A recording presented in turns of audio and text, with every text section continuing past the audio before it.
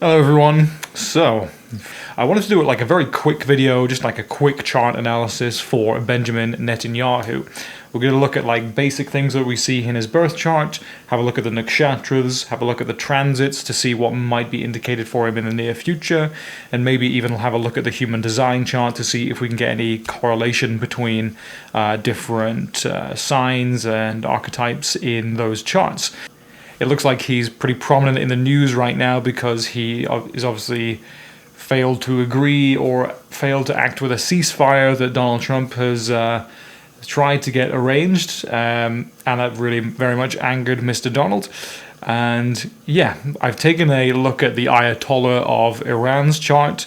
You can have a look at my Substack article, which goes into a full detailed logical analysis of the Ayatollah's chart, but we're going to do like a quick summary of Benjamin Netanyahu's chart right now. So we'll take a look. First off to know, it's a Sagittarius ascendant. So Sagittarius obviously associated with worldview, philosophy, expansion. It's a fire sign, but it's ruled by Jupiter, the expansive, positive, malefic planet, associated with wisdom, expansion, those kind of things, and it's a very fiery, belief-oriented, somewhat dogmatic sign of Sagittarius, which sets the context for the rest of the chart. He seems to have Venus directly conjunct the ascendant, which does pretty well in Sagittarius. Venus about arts, relationships, it's justice, mathematics to some extent. So it gives good results when it's in the first house there. So the ruler of the ascendant, which is Jupiter, is in the second house, trine to the midheaven. So this gives any kind of Jupiter and midheaven combination, especially a supportive trine, shows a very high level of prominence in the second house of speech, resources, and money. And it's in Capricorn. So Capricorn, imagine kind of corporate government, corporate America, tough, resources, strong and stable in terms of his finances, but in terms of his speech and his philosophy and worldview as well, with it being a Sagittarius ascendant. So the ruler of that ascendant, all about his speech, all about the philosophy and worldview of his speech being very solid, very stable.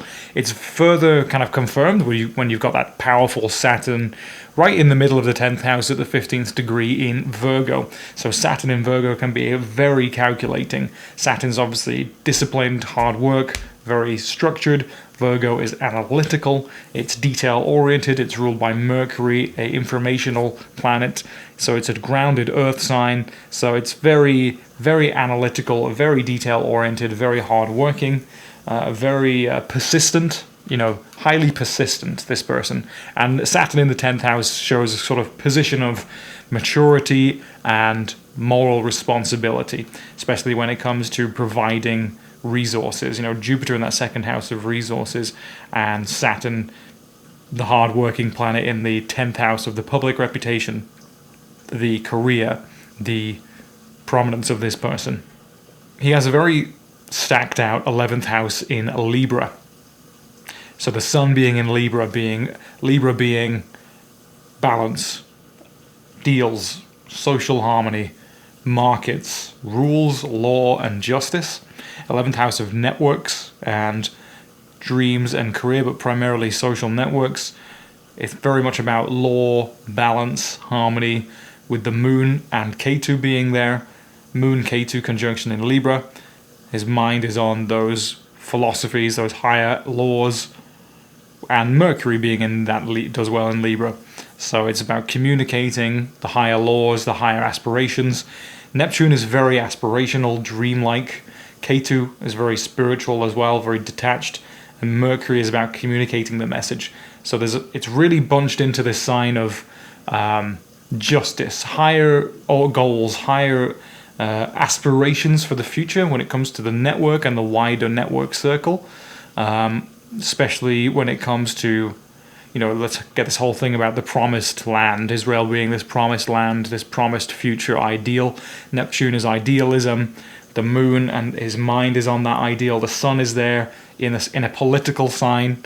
I believe Vladimir Putin, is also a Libra sun. It's about laws, justice, balance. So his life force is on there. His mental capacity and emotional body is on those higher goals for balance and justice, higher goals for justice, and overly idealistic with Neptune in the 11th house, highly idealistic for a long-term future vision, a spiritual vision, and Mercury about communicating that as well. So we can kind of get the hint that this person is high political leadership because of the Saturn in the 10th house, Jupiter in the 2nd, midheaven trine to Jupiter, and he's very aspirational for the long term with that stacked build-up of Sun, Moon, Ketu, Neptune, and Mercury in the 11th house of long-term goals, long-term gains, long-term ideals in a Venus-ruled house. So the 11th house ruler conjunct his ascendant. So he's very much oriented towards those future goals, future possibilities, probably very much related to the tribe, his people. He's seen as this responsible political leader. Rahu there in the 5th house, whilst Ketu is in the 11th, shows someone who is naturally okay with the higher philosophies in life. He's naturally comfortable with dealing with those higher philosophies, whether it's related to Judaism or Islam or any key religions. He's got a grasp on that. He knows what it's all about. And Rahu, the obsessive, unsatiable planet in the 5th house of generative, creative thinking, plans, creating new things, especially in Aries, a fiery, independent sign. There's a project to be created here. There's a obsession with a creative project, possibly relating to aggression or individualism or an individual identity. He has this very potent Pluto-Mars, basically a conjunction within 10 degrees in the 9th house of philosophy. Now Mars is, he shares this Mars in Leo placement with Donald Trump. His Mars is in Magha Nakshatra. Both Benjamin Netanyahu's and Donald Trump's Mars are in Magha Nakshatra, which is associated with kings, rulers, ancient lineages to that family name. Mars and Pluto, both in Leo, is a signature, rare signature that both him and Donald Trump has. Donald Trump has Leo as his ascendant, as his first house, and he has a Mars and Leo there, with Mars being in Magha. This is just in Netanyahu's 9th house of higher religion, higher philosophy, higher worldview, and foreign lands. It's very militaristic. Leo is, obviously ruled by the sun. It's leadership. Mars is war, aggression. Pluto is destruction and birth and transformation, deep psychological transformation. So there is a real, I would almost say like extremist. That's what you get when Mars and Pluto come together. It's extreme ideology for higher philosophy, extreme philosophy, dogmatism as well. Sagittarius is ruled by the planet Jupiter, which deals with philosophy and religion, but it can get dogmatic, especially when that's such a key aspect of his identity. His 11th house of further goals, future aspirations, so heavily idealistic that he's willing to adopt those extreme philosophical stances as part of his leadership of the country. Let's look, and we turn to the nakshatras. I'm using sidereal nakshatras.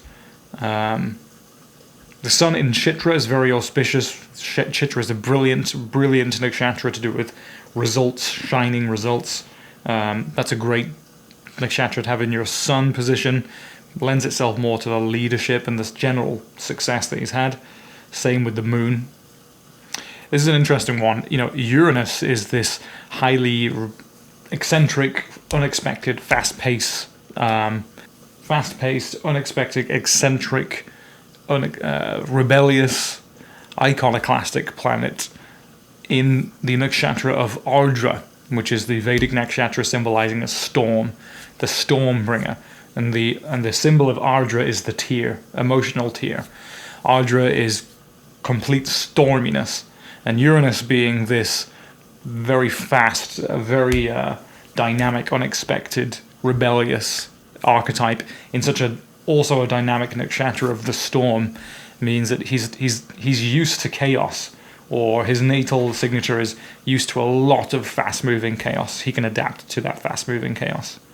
So I know his ascendant is in Jyeshta Nakshatra, which I think Jyeshta is almost associated with occult knowledge, but a quick Google here. Jyeshta ascendant, or the Lagna in Jyeshta, indicates a person with a sense of seniority and superiority, protective, responsible, and a leader of the family. Wise, profound, psychic, maybe with occult powers, and are courageous and inventive. Jyeshta Nakshatra is very much associated with occult powers, which is a bit more accepted in the Indian society, cities and astrology and occult. And I'm not saying that Netanyahu practices astrology. You never know. You never know. A lot of leaders do. But Jyeshta is powerful leadership, a certain raw power and leadership to that nakshatra. Taking a look at the transits right now, let's see what we can see. This Saturn-Neptune conjunction, which is kind of taking effect fully in February 2026, is a key transit which pretty much affects every chart all the time. Now, they're in a degree of each other down here, Saturn and Neptune, but Saturn-Neptune can be seen as this kind of great reset transit. Now, Neptune, the unbounded, creative, idealistic dreaminess, which can be associated with mysticism and delusion and kind of boundlessness, neither negative nor positive, combined with Saturn, a concretizing, solidifying, restricting force, means it's we're getting some sort of abstract ideal concretized.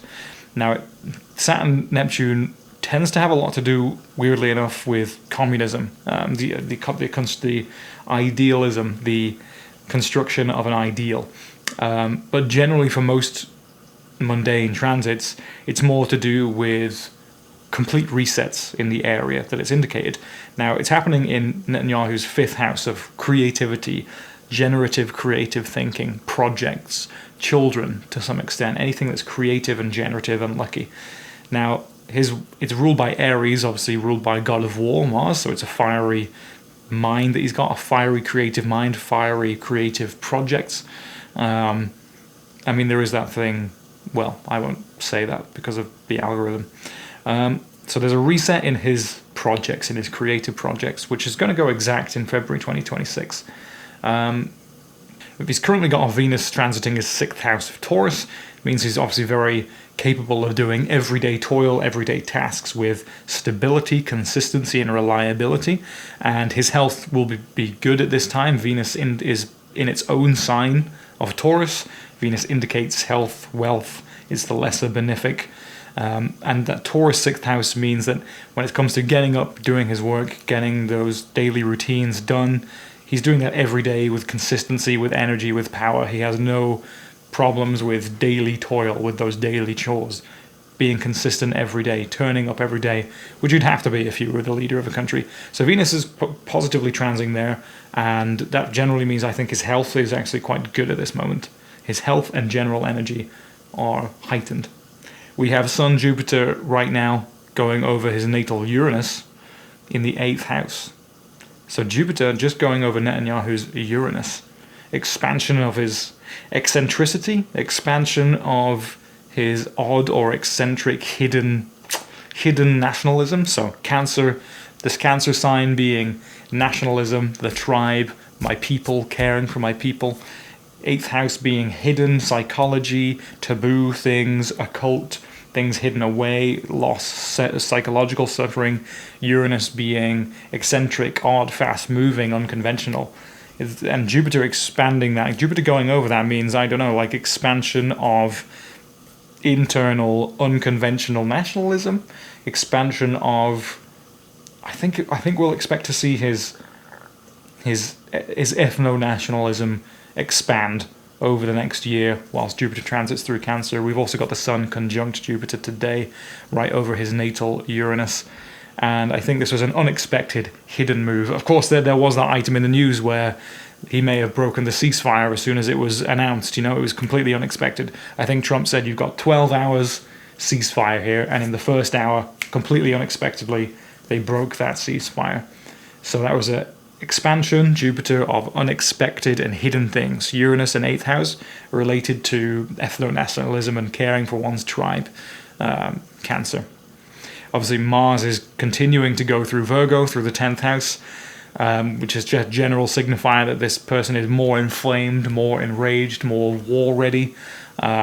His reputation is more aggressive. We are going to have that Mars K2 conjunction coming up in July, and that's going to get a lot of people. It's especially when it goes over his Saturn. So let's have a look. See that Mars at 16 degrees on Virgo, goes over his natal Saturn, and that's kind of like gas out on the brakes. Like Mars is aggression, progress, moving forward. Saturn is restriction. Mars on the natal Saturn, it's like gas and brakes at the same time, but K2 is like loss. When does that actually go? I think it goes, well, there's a direct on around the 22nd of July. Let's go on the particular day. Well, around 22nd of July, when that Mars K2 junction goes exact, it's within 5 degrees of his natal Saturn, but that doesn't look good for his reputation. It doesn't look good for his general standing or his reputation. Especially, let's have a look at those transits. I mean, that's Saturn-Neptune currently squaring his Uranus, so resets in his creative projects relating to hidden eccentric plans or things that once were secret being revealed. K2 Mars is usually an accident-prone sign in this 10th house of reputation and his public standing. He could be in danger around this time. See, that transiting Neptune and Saturn will square the natal Uranus. Jupiter, his transiting Jupiter will square natal Mercury. And the Sun will square, transiting Sun will square his natal Sun as well. Which means there's a confidence issue. Transiting Sun just in the 9th house. Mercury retrograde in the 9th. Confidence issue, perhaps. Confidence issue with his leadership around the 22nd of July. And the 8th house is expansion of hidden things. So hidden operations, behind the scenes operations, there's positive expansion in that area. At this point, Uranus will just be going into Gemini in his 7th house. Then his relationships to his other people can be unexpected.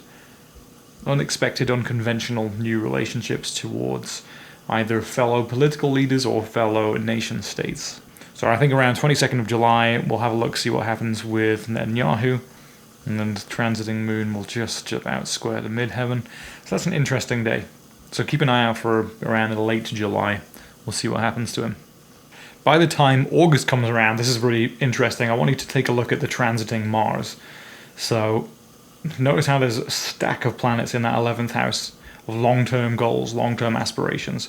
Mars will conjunct the Mercury, then it will conjunct the natal Neptune, then it will conjunct the natal K2, then it will conjunct the natal Moon, then it will conjunct the natal Sun. So it's just hit after hit of the natal Mars from late August, transiting all of his 11th house stuff going on through to mid-September. And then when will Mars be on the Sun? Mars will be on the Sun. You know, this aggression, this injury-prone, this war directly on his general life force by 19th of September. So August and September is definitely going to be tough, but it's going to be his reputation will be emphasized because we'll have the Sun transiting through Virgo, but this Mars, which Mars is aggression and war, and Libra is diplomacy and peace, so Mars doesn't do well in Libra, and it'll just knock his Mercury, his Neptune, his K2, his Sun, his Moon. So especially in the 11th house, I just think this is like networks being cut off. Mars is cutting, like, okay, communication error, issues. I think is out, even cutting off of his allies. Maybe there's the support networks that he gets, his political allies might be cutting away from him, from severing from him. I could see that happening. You know, Trump is not the biggest fan of getting America in the war. And by August through to September, if Netanyahu has a lot of issues with his networks and his support networks being cut off, I wouldn't be surprised. So I'm just looking at his zodiacal releasing as well. Now, I'm not a master of this technique, but in this current period, this Pisces level 1 period and a Virgo level 2 period, he has this pre-loosening of the bond period coming up around December 11th, 2025. So you see this pre-LB, pre-loosening of the bond. Now, I'm not an expert in this technique, but it essentially signifies a fairly heavy karmic event related to that person's life. Now, if we look at this chart, he'll be, if we just look at the kind of the natal chart, the period from when he's 68 onwards, from 2017 through to 2029, being level 1 Pisces. Pisces being that fourth house of home, nation, upbringing, roots, one's family, one's people, one's tribe, and Pisces being ruled, being ruled by Jupiter. Very transcendental, very spiritual connection to the people of his homeland, of his upbringing, connection to his protection, wanting to protect the people of his homeland. So it generally speaks to the sort of ethno-nationalism. But he's in that level 2 Virgo period so he's currently running the level 2 Leo period, which is that 9th house, the philosophy, the worldview coming into play. Mars and Pluto, obviously very war-like planets. When he gets to December 11th, 2025, there's this level 1 Pisces, level 2 Virgo, and Virgo being his 10th house of reputation, stance, career, status. Let's have a look at December the 11th on his natal chart. So I've now got the transit chart up for December the 11th. As we've seen in the zodiacal releasing, we have a pre-loosening of the bond period happening December 11th, 2025 for Mr. Netanyahu. Level 1 Pisces, level 2 Virgo. So take more significations of Pisces, the fourth house of home, upbringing, roots, and Virgo. So it's the 10th, fourth house axis related to his people, his home, his kind of ethnocentric tribe versus his career, his stance, his reputation. Looking at 11th of December, when we've got this pretty significant karmic moment called pre-loosening of the bond period, there's a Moon K2 conjunction basically going over his Saturn in the 10th house. Now, Moon kind of is the mind, the people, the sense of nourishment, and K2 is reducing that. K2 is kind of dissolving, letting go, loss, dispersion. Let's try and adjust the hours of this, because I've currently got it set to midday. When would that go exact?